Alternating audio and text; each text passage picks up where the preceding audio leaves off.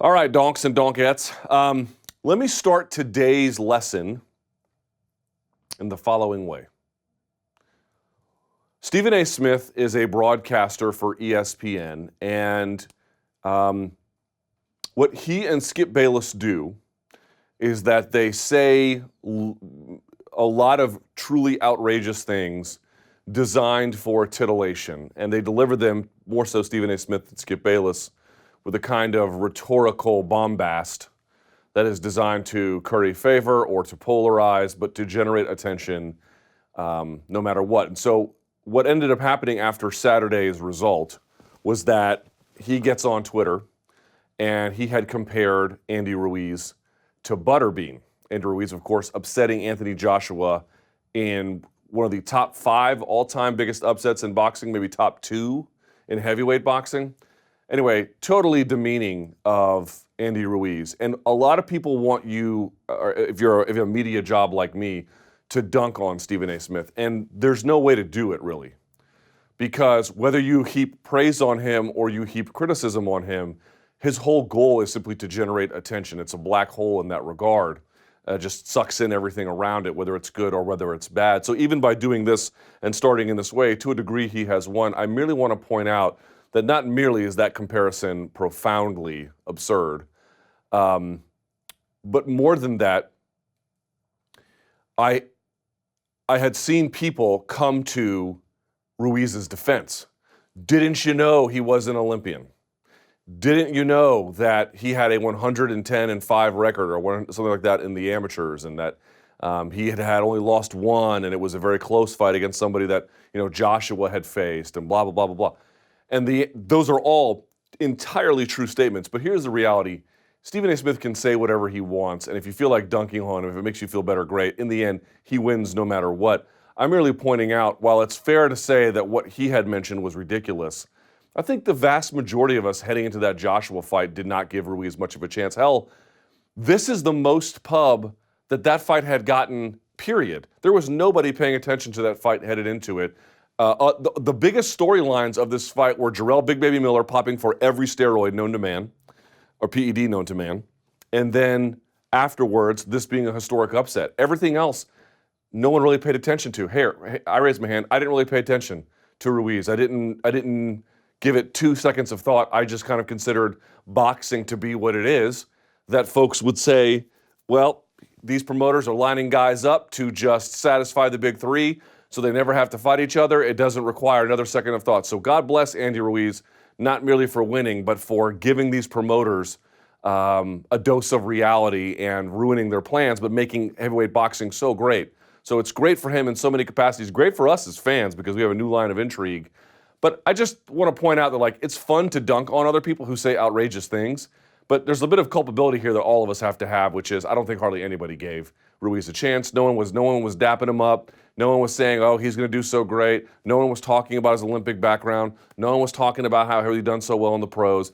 Everyone kind of realized after the fact, myself included, that things were different. And that's where I want to start today, which is to say, look, I know we're coming off of UFC Stockholm. I broke down the Gustafsson fight. If we have time, I will get to it. But ladies and gentlemen, a truly historic thing happened over the weekend. That is one of the rarest boxing occurrences you will ever see.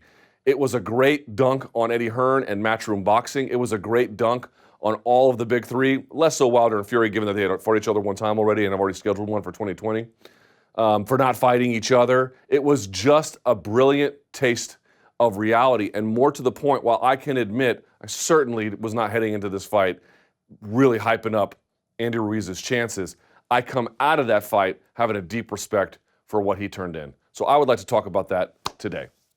You can go to the slide. I saw a lot of people talking about his fast hands as the reason why he won. And to be clear, he did have nice hand speed. I've also seen people talk about the fact that Anthony Joshua, at this point, his chin is not great, and it needs to be said as much. And in the heavyweight division, that's a problem. The reality is also this is his first real loss, and there's reason to think he might win the rematch or can still go on to have a great career or might be able to outbox other people. But nevertheless, yeah, those are all true statements. Ruiz does have good hand speed, and Joshua's chin is not great. but that would be really underselling what Andy Ruiz did. In my mind, these are the major reasons why he won. And we're going to go through these here in just a second. I know it's an MMA show. It's called the MMA Hour. But guys, this is the most interesting thing that happened in combat sports over the weekend. I'm not going to show you any Mundial highlights, even though Buchecha is now up to 13 world titles, which is unheard of in jiu-jitsu. I wanted to show you this one because I thought this was the one on everybody's mind, and everyone can kind of appreciate what Andy Ruiz was up against and what Andy Ruiz accomplished, to take nothing away from Anthony Smith, of course. Okay, last thing I'll say about this, Kenny Florian had tweeted a video of Andy Ruiz doing footwork drills, and you can see how athletic he is. So for everyone commenting on his appearance, look, he doesn't look like a bodybuilder, but we've had many people in MMA not look like bodybuilders. Paul Buentello didn't look like a bodybuilder. Fedor Emelianenko didn't look like a bodybuilder. There have been many of them. Roy Nelson never looked like a bodybuilder, and they had great careers and great wins. A commonality there, of course, all being heavyweight. Okay, here's the point to make about Andy Ruiz and what it's so important about it. The fast hands matter, but what made it so impressive was, let's just state it out in the open. He outboxed Anthony Joshua. Fact. Fact. Not up for debate. He flat out outboxed him. He didn't merely out-punch him, he outboxed him, because boxing is much more than just laying a glove on somebody. You can do really well, like Wilder, if you can lay a glove on someone and you have hammers for hands. But you can go even further if you can complement that with a degree of other skills, including slipping, footwork, pivoting, timing, distance control, all those things. They all kind of matter. So these are the reasons why I believe he won. Standard disclaimer, I don't present this to you as the best or only or most complete analysis. These are my top line findings. I encourage you to hear what other analysts have to say. So starting out here, why did Andy Ruiz, Andres Ruiz, why did he win? Number one, he forced Joshua back into his left. Go back and look at the rounds where he didn't do this, in particular rounds 4 and 5, a little bit round 2 as well, and some in round 3, but let's say 2, 4, and 5 were the big ones. When Joshua was able to go to his power side, his right hand, he had a lot more success sticking the jab, getting away, following up with a cross or a hook if he needed it.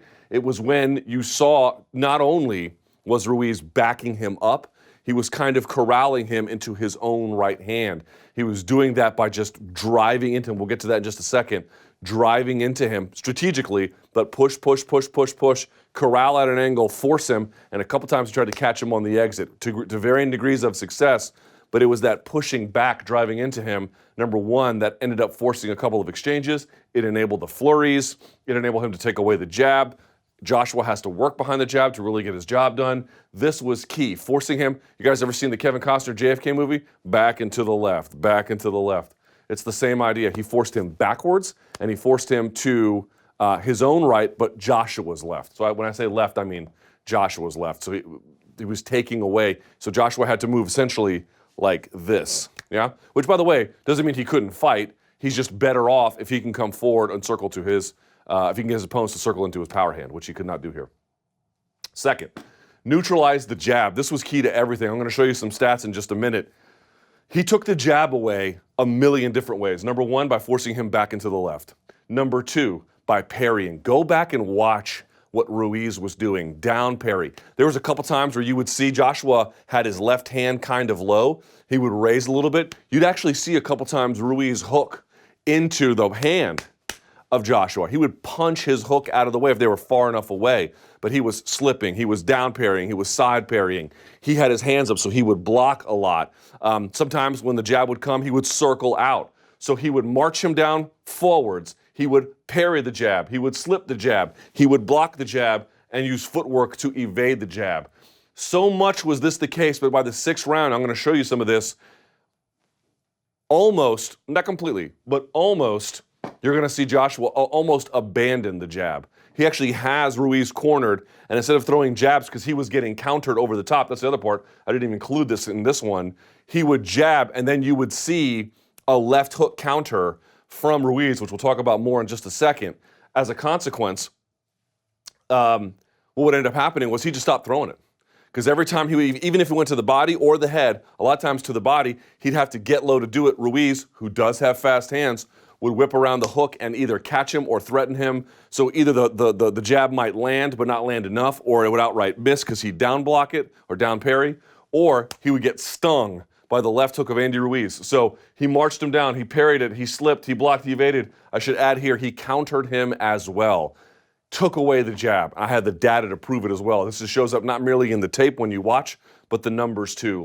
3, make Joshua change weapons by countering. So this is kind of the point I was making off of this one. I had to put a separate one here.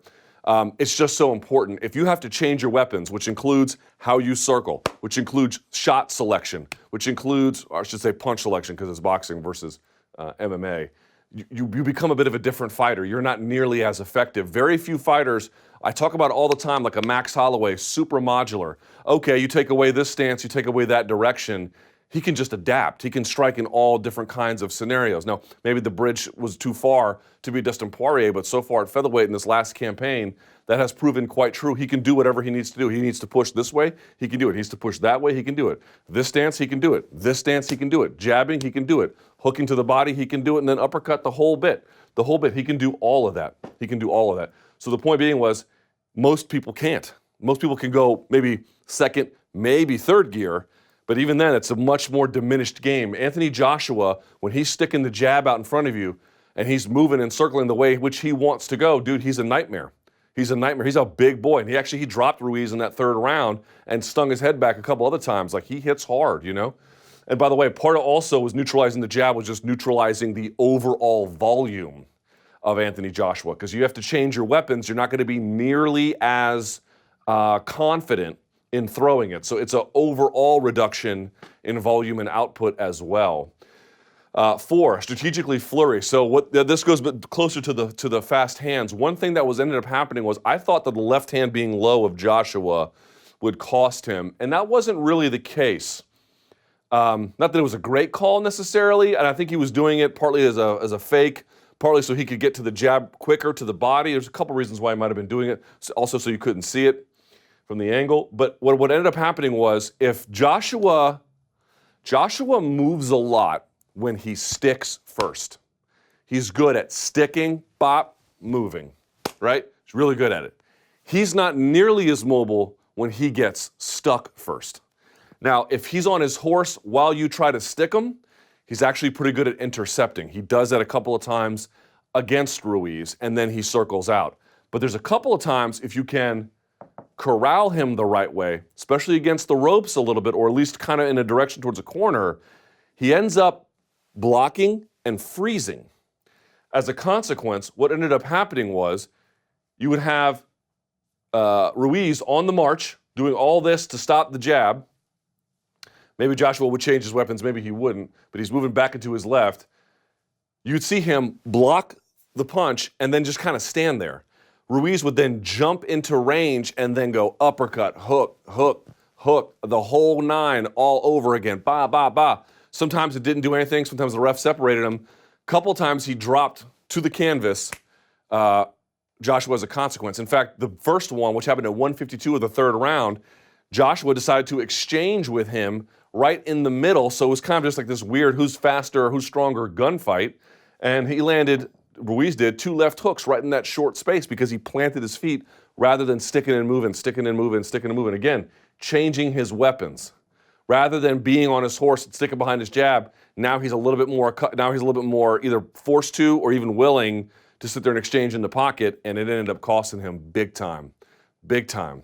And at the end, the left hook. What a left hook on this gentleman. He used it for everything. What do I mean? First of all, to counter the jab. Here would come the jab of Joshua, right? And he would just come whipping it around over the top. And again, even if it didn't land, which sometimes it did, it would still be a menace to Joshua, causing all kinds of problems for him. That was one way. He finished all of his combinations that way.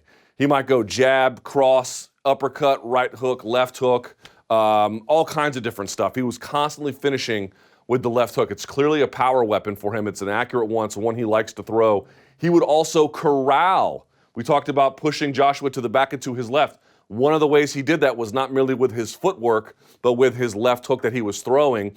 He wouldn't throw it full force, and he wouldn't do it in every scenario, but you could tell there'd be times where he'd leave open an exit hoping for the right hand, he'd kind of throw like a big left hook just so Joshua, knowing he would evade, and then he would try and tag him with the right on the exit. He was constantly using that left hook. That left hook was a money punch. And as I just mentioned, what were the 2 punches at 152 of the 3rd round that dropped him?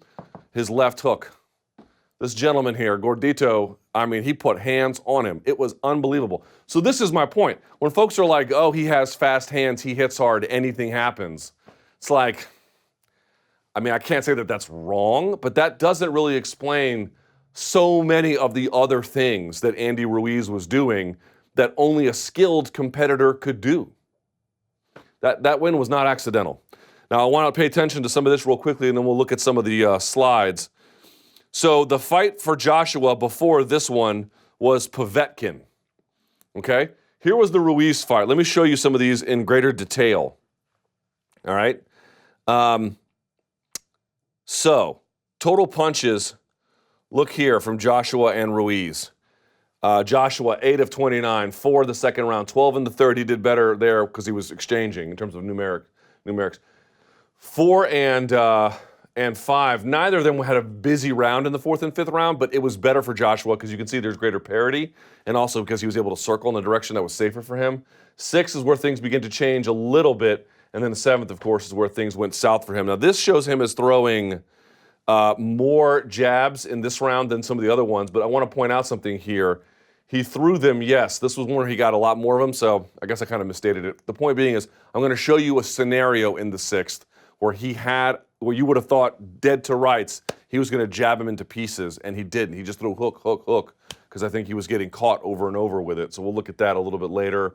And some of the other numbers here, you can sort of just look at the general output from Joshua, 23, 24, 12. These are for jabs, sorry, we'll go back here.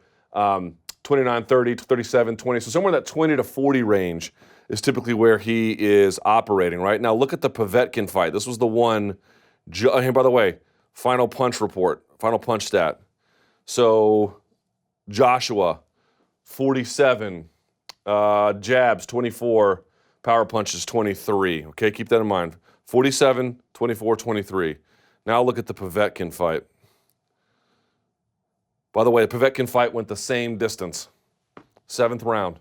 They went virtually the exact same amount of time. Look at the difference in numbers. 90, 53, 37. Look how much more important the jab was for Joshua, right? Look here, 12 in the 6th round, 9, 9, 5, 12 in the 2nd round. He never had double digits once against Andy Ruiz. Not one time, right? These are cursory numbers. I would like to see some lead versus not lead, who was driving into the other opponent, to get you a better sense of things. But just to show you, overall output, exact same amount of rounds. Overall output against Povetkin, higher. Number of jabs, higher. Body punches, higher. Because he never took away the jab. The jab was firing. Andy Ruiz took much of it away, and as a consequence, and corralled him, a lot of the rest of his game fell apart. Not an accident. So let's look at what we have here, all right? Here's the first round. Pay attention to Ruiz's directions as he walks. He's going to go walk, and he's going to do that at the exact same time. Let's see here, right? Kind of corralling him a little bit. This one he's a little bit following. Pay attention to what he does to off the punches, right? Here, kind of blocks it. You see him blocking the punch. Watching, stepping into him. Right there, you see backing off a little bit. This is all just setting up. This is early in the first round, okay? Right? Boom. Look at this. Slips, catches just a little bit of it on his head. Pop, drives to the chest. Boom, does it one more time and backs up. Still following. Look at him moving in. Just getting out of the way of the punches, right? Hands up nice and high. He can block, slip. He can do everything he needs to right up high, right? Look at the direction. As long as Joshua is turning this way, it's better for him. Not 100% of the time, but generally speaking. Look at him. Block. Look at him. Down parry. Pop, down parries it as you see him try to fade this way. And then Ruiz steps in. Look at him. Lean off the hook. Finishes with the right. Tries to come with the left. And another one here. Finishes off with the right. A little bit later in the round. Look how close he is stepping in him. Got him against the ropes here a little bit, right? Watch what he does. Steps in, kind of eats the jab a little bit. Joshua early was decent at intercepting. And then look at them flurry as Joshua kind of stays there. He's trying to move, but he's just a little bit slow getting out of the corner. Here we are still later in the first round. Watch. Stepping into him again, kind of step in this direction a little bit, forcing him this way, yeah? Whoop. Stepping in. Joshua tries to fade this way. Watch Ruiz cut him off. Stepping in. Look at him. Looking downfield the whole time. Kind of going side to side, hands up, showing him different looks. Uses the left hook, whips him around, and look at him. He cut off the space, leaving this as the only exit. And he goes that way. A little bit later in that same round, whoop, gets out of the way of the jab, comes in, takes a step in. He leans out of the way of the jab, takes a step, leans over, puts his hand down to kind of control what was coming so no more jab could come here, like that, and then whips the hook around. Boom, flurries, finishing with the left hook again. We now move to the second round. What are you noticing? A pattern here. Fights are always about patterns. They're always about patterns. He's got him fading across. Side to side, right? Not on too much of a rhythm. Jabs his way, body, and a little bit of a down parry there from Joshua, but gets him moving in the right direction, right? Follows him here. Here we are again. Gets nice and close. Watch. Fakes high, eats a little bit of a body jab, but moves his feet out of the way just enough so there's not any power on it. Digs his way inside a little bit, takes nice steps, kind of sticking his hand out there, gauging distance, playing a little hand parrying game. On the inside, leans and slips at the same time, and then still follows him. Boom, pushes him in what direction? Exact same thing I've been talking about this whole time. By the way, going back to this very quickly if I can, I want to point out something here. Hang on. What's Joshua throwing? Bit of a hook, right? Kind of a jab. Bit of a hook because it kind of whips around in a corner. Just want to point out, look at Andy Ruiz's reaction ability. Whoop. Again, oh, he has fast hands. That explains it? No, it doesn't. Doesn't explain that at all. There's a lot more to the story. And he's still early. No one's even been knocked down yet. Here we are, still in the middle. He gets a little bit away from his footwork here. There's a nice shot from Joshua stepping in. What do you notice? Left hook from Ruiz. It misses, but as Joshua goes to the body, what is Ruiz making him think about? That left hook counter coming all the time. It's not just a consistent weapon, it's a crucially important weapon. Not by merely virtue of its frequency, but by its application. Okay, here we go to round 3. This is one of the best rounds in heavyweight history in a long time, man. Right? Let's see what they're doing. Ruiz stepping into him, driving him backwards, back and to the left. That's what we're looking at here, right? Or at least that's the idea. Stepping into him, down parrying, not letting him get a rhythm with it, right? Down parrying. Eats a nice one, clinches, and then flurries a little bit. And in this flurry, he kind of gets caught. He gets a little too close, boom, eats an uppercut, a rear uppercut, left hook. And he gets dropped. It's a classic combo.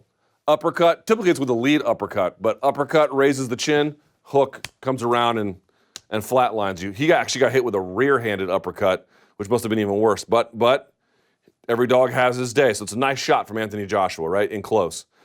But Anthony Joshua gets a little bit too careless. Here he is gauging distance. Ruiz eats a huge punch, clean. You could see too close and too flat-footed there. That was not great from Ruiz. Eats a nice hard shot. Boom. He decides to clinch here. But Ruiz is tough as nails. Right? Look at him flurrying in short space. Right, left, right? Here we go. They're going. Another uppercut kind of lands, but misses a little bit. He ducks. All right? He holds on a little bit here. Watch. That right hook kind of misses. He stays in his face. They do it again. That one misses. Left hook. This is the one that was the beginning of the end. Left hook. And then they trade. Look at this trunk movement from old Andy Ruiz. Whoop, ducks the right, rolls through, pow, son. So he didn't just come down and up. He came in a circle and popped. That's what he did. Go back and look at this, right?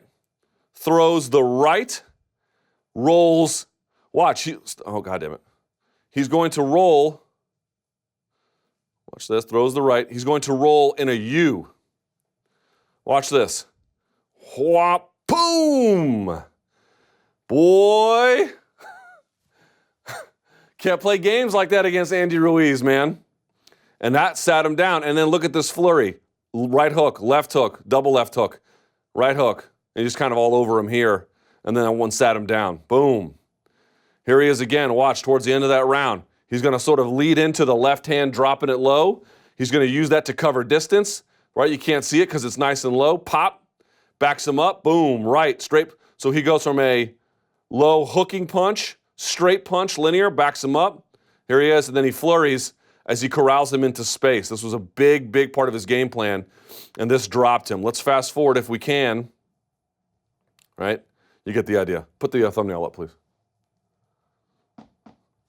Let's fast forward this a little bit if we can. Okay, let's jump to the 6th round. This is the beginning of the end. 6th round, all right? Pay attention. This is what I was talking about where you're making Joshua change his weapons. You're lowering the overall volume and you're making him switch. Watch this. Here's a scenario where he always would have jabbed. These are hooks. You can tell, in part because of the motion, also the glove is like this. It's not like this, you know? So now he's hooking. Watch. Hooking, boom. And what does Ruiz do? Ducks, counters with the left again, flurrying in space. Joshua doesn't want to jab here. More hooking. Ruiz blocking, kind of rolling with it a little bit. Another one, ducks it. What do you think's about to happen here? Boom, left hook. Again, some of these are blocked, but it's that same U application every time, man. Andy Ruiz is nice with it. Very nice with it. Backing him up here. Making him change his weapons. Right? Here comes again. Show me where the jab is. These are hooks. And Ruiz can see all of them coming. Look at this. Where I talk about evading, this is not the jab, but he was doing the exact same thing with the jab. He's going to down parry, and look at his feet. Whoop, just enough to get out of the way, not too far. A little bit later. Watch Ruiz here. Let's see what he does. Let's see what he does. Sorry, my finger's pressing too hard into this thing. Look at him. Slip a little bit, down parry. Still in the face of Joshua, kind of giving him different looks. Look at him just get out of the way of that punch. Is that not incredible? Look at that. It looks like it's landing. It's just missing. It's just missing. Amazing, right? Here he is in his face, again, rolling in a U, left hook. What does that do? Look at Joshua's motion after he throws the left hook. Left hook. He goes this way. Back and to the left.